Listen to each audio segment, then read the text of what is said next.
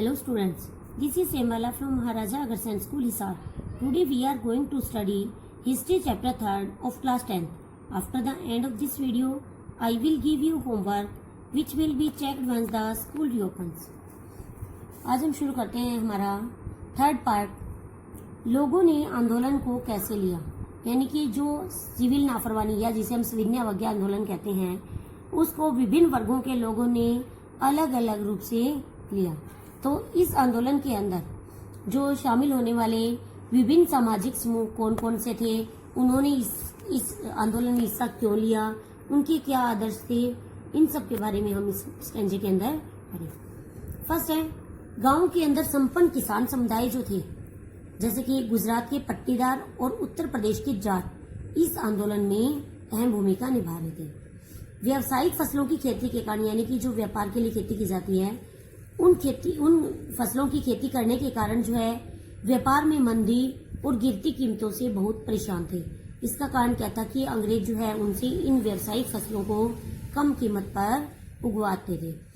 जब उनकी नगद आय कम होने लगी तो उन लोगों के लिए लगान चुकाना मुश्किल हो गया, यानी कि कुछ लोग तो ऐसे थे जिनके लिए लगान चुकाना नामुमकिन था। उनके लिए स्वराज की लड़ाई भारी लगान की, तो उन लोगों ने जो है इस बड़े हुए लगान के खिलाफ आवाज उठाई। लेकिन जब 1931 में जो है यह लगान कम नहीं हुआ तो मजबूर होकर उन लोगों ने आंदोलन वापस ले ली।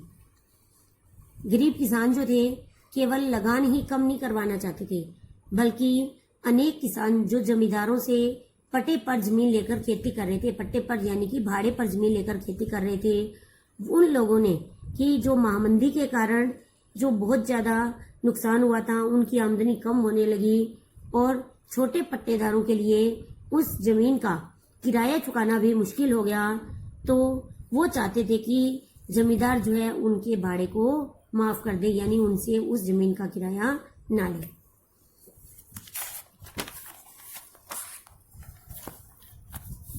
व्यावसायिक वर्ग की क्या स्थिति थी कि प्रथम विश्व युद्ध के दौरान जो है भारतीय जो व्यापारी थे, बड़े बड़े बिजनेसमैन थे, उन लोगों ने बहुत ज्यादा फायदा कमाया और अपने बिजनेस को फैलाने के लिए उन्होंने अनेक नीतियों का विरोध किया, यानी जो अंग्रेजों की नीतियां थी उनका विरोध किया, जिनके कारण उनकी व्यावसायिक गतिविधि में रुकावट आती थी। यानी कि अगर अंग्रेजी सरकार की किसी भी नीति के कारण उनके बिजनेस पर फर्क पड़ता था तो वो लोग इसका विरोध करते थे। साथ ही साथ जो है वह विदेशी वस्तुओं के आयात से सुरक्षा चाहते थे, मतलब कि वो बिल्कुल भी नहीं चाहते थे कि विदेशों की वस्तुएं भारत में आए, क्योंकि अगर विदेशी वस्तुएं भारत में आएंगी तो उनका जो व्यापार है वो कमजोर पड़ जाएगा, इसलिए वो इस पर रोक चाहते थे।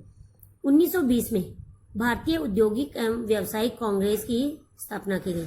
उसके बाद 1927 में भारतीय वाणिज्य एवं उद्योग परिसंघ का गठन किया गया। पुरुषोत्तम ठाकुरदास और जेडी बिरला जो कि बड़े बड़े बिजनेसमैन थे, इनके नेतृत्व में जो है उद्योगपतियों ने भारतीय अर्थव्यवस्था पर जो औपनिवेशिक नियंत्रण है, यानी अंग्रेजों के नियंत्रण का विरोध किया और इस जो है सविनय अवज्ञा आंदोलन यानी सिविल नाफरमानी आंदोलन का समर्थन किया। इसी तरह 1930 के अंदर रेलवे कामगारों और गोदी कामगारों की, यानी कि रेलवे यानी जो रेलवे में काम करने वाले मजदूर है, और गोदी कामगार जो यानी कि समुद्री जहाजों की रिपेयरिंग का काम करने वाले जो मजदूर होते हैं, उन लोगों की हड़ताल हुई। 1930 के अंदर छोटा नागपुर के टिन खानों में काम करने वाले हजारों मजदूरों ने भी जो है गांधी टोपी पहनकर जो है रैलियों और इन बहिष्कार आंदोलनों में हिस्सा लिया। इसके बाद है कि महिलाएं जो थी उन्होंने भी जो है इस सिविल नाफरमानी आंदोलन में बड़े पैमाने पर हिस्सा लिया। गांधी जी ने जब नमक सत्याग्रह आंदोलन किया था, उस समय भी हजारों औरतें जो है उनकी बातों को सुनने के लिए, यानी उनके भाषण को सुनने के लिए बाहर आ जाती थी और उन्होंने अनेक जुलूसों में जो है हिस्सा लिया, नमक बनाया और जो है विदेशी वह कपड़ों की होली जलाई, वह शराब की दुकानों के आगे धरना दिया और बहुत सारी महिलाओं को जेल भी जाना पड़ा। यानी कि औरतों को राष्ट्र की सेवा करना अपना दायित्व दिखाई देने लगा। नेक्स्ट है सविनय अवज्ञा की सीमाएं, यानी सविनय अवज्ञा आंदोलन की कुछ सीमाएं भी थी। सभी सामाजिक समूह स्वराज की अमूर्त अवधारणा से प्रभावित नहीं थे, यानी कि कुछ एक वर्ग ऐसा भी था जो इस सामाजिक समूह का यानी कि सविनय अवज्ञा के अंदर नहीं आता था, वो था अछूतों का वर्ग। क्योंकि 1930 के बाद वे खुद को दलित या उत्पीड़ित कहने लगे थे। दलित यानी जो निम्न जाति का हो, दबा हुआ हो, कुचला हुआ हो, उसे दलित कहा जाता है, और जो दूसरों के द्वारा सताया गया हो। तब जो है महात्मा गांधी ने ऐलान किया कि अस्पृश्यता को यानी छुआछूत को समाप्त किए बिना स्वराज की स्थापना नहीं की जा सकती। इसलिए उन्होंने अछूतों को हरिजन यानी कि ईश्वर की संतान की संज्ञा दी। उन्होंने मंदिरों में, सार्वजनिक तालाबों, सड़कों व कुओं पर अछूतों को समान अधिकार दिलाने के लिए सत्याग्रह किया। मैला ढोने वालों को जो है काम को प्रतिष्ठा दिलाने के लिए उन्होंने खुद शौचालय की सफाई की और ऊंची जातियों से आह्वान किया कि वो अपने मन को बदले और अस्पृश्यता के पाप को छोड़ दें, अर्थात जो ऊंची नीची जाति के प्रति उनके मन में भेदभाव है उस भेदभाव को समाप्त करें। डॉक्टर अंबेडकर जो थे, इन्होंने भी जो है दलितों के लिए एक दलित वर्ग एसोसिएशन की स्थापना की, जिसके अंदर उन्होंने अनेक दलित जाति के लोगों को इकट्ठा किया और दलितों के लिए अलग निर्वाचन क्षेत्र यानी कि उनका अलग चुनाव क्षेत्र हो, इसके सवाल पर दूसरे गोलमेज सम्मेलन में भाग लेने वाले महात्मा गांधी जी के साथ उनमें काफी विवाद हुआ। जब अंग्रेजी सरकार ने अंबेडकर की बात मान ली तो गांधी जी आमरण अनशन पर बैठ गए, क्योंकि उनके विचार से दलितों के लिए अलग निर्वाचन क्षेत्र की व्यवस्था करना समाज में उनके एकीकरण की प्रक्रिया को कमजोर करना है।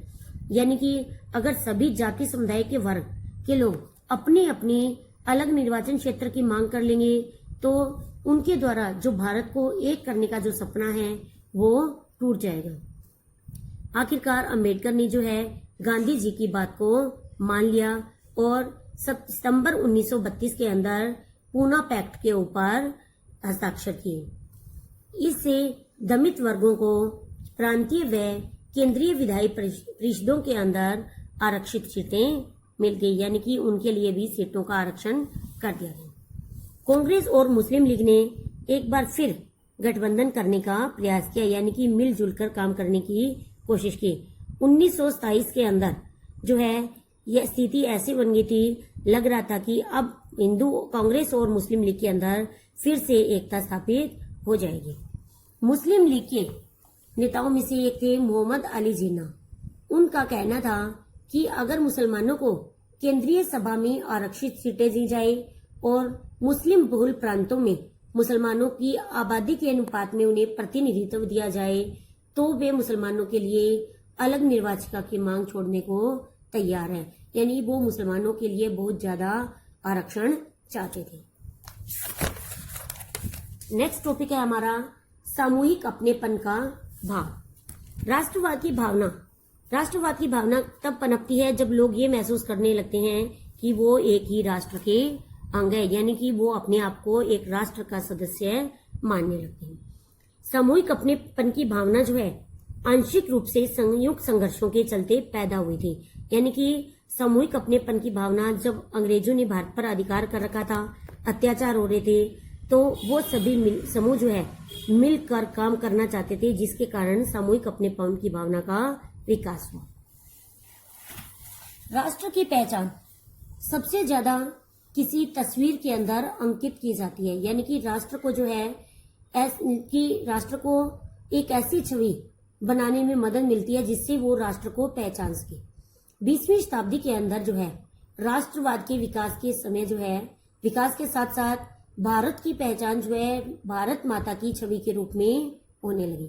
भारत माता की छवि की पहली तस्वीर बंकिम चंद्र चट्टोपाध्याय ने बनाई थी और 1870 के दशक में उन्होंने मातृभूमि की स्तुति में यानी मातृभूमि की वंदना में एक वंदे मातरम गीत लिखा था और उस गीत को बाद में आनंद मठ उपन्यास के अंदर शामिल कर लिया गया।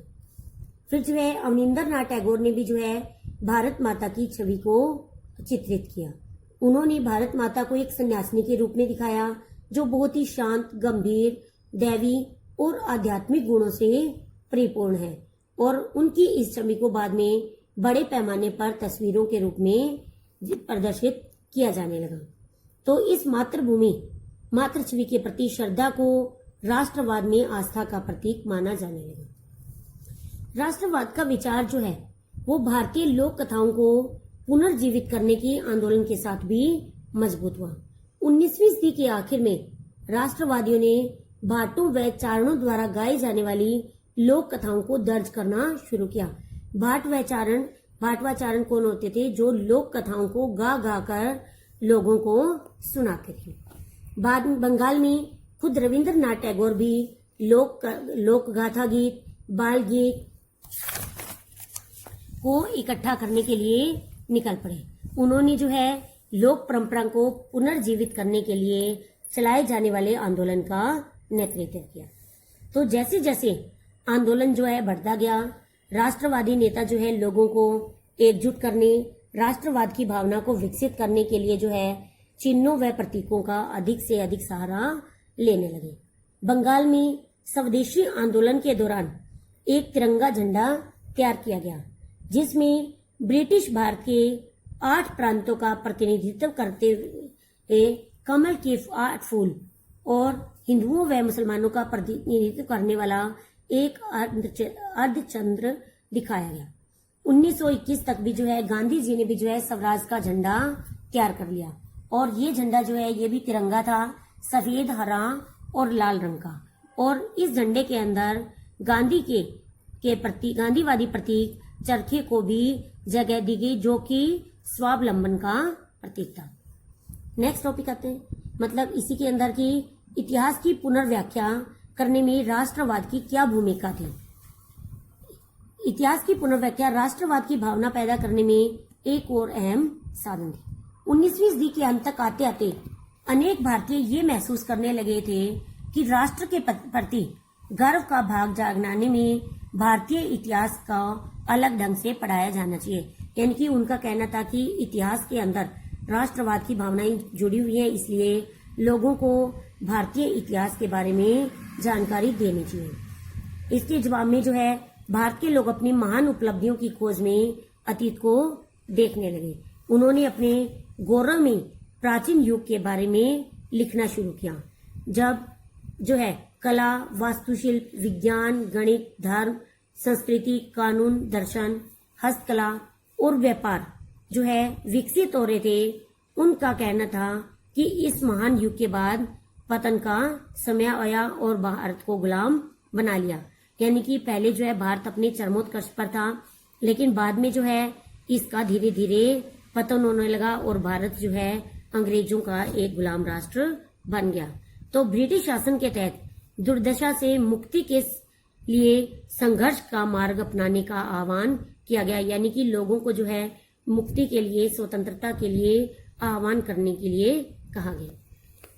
निष्कर्ष, यानी कि अंग्रेजी सरकार की, यानी कि इस लेसन का सारांश क्या है कि अंग्रेजी सरकार के खिलाफ बढ़ता गुस्सा विभिन्न भारतीयों व सामाजिक वर्गों को स्वतंत्रता के साझा संघर्ष में खींच रहा था।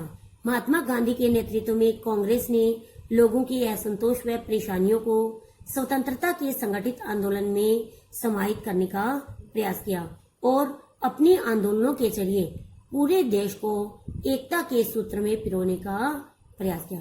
तो ये था हमारा लेसन। यहाँ तक के क्वेश्चन आप अच्छे से लर्न करेंगे और अपनी नोटबुक में राइट करेंगे।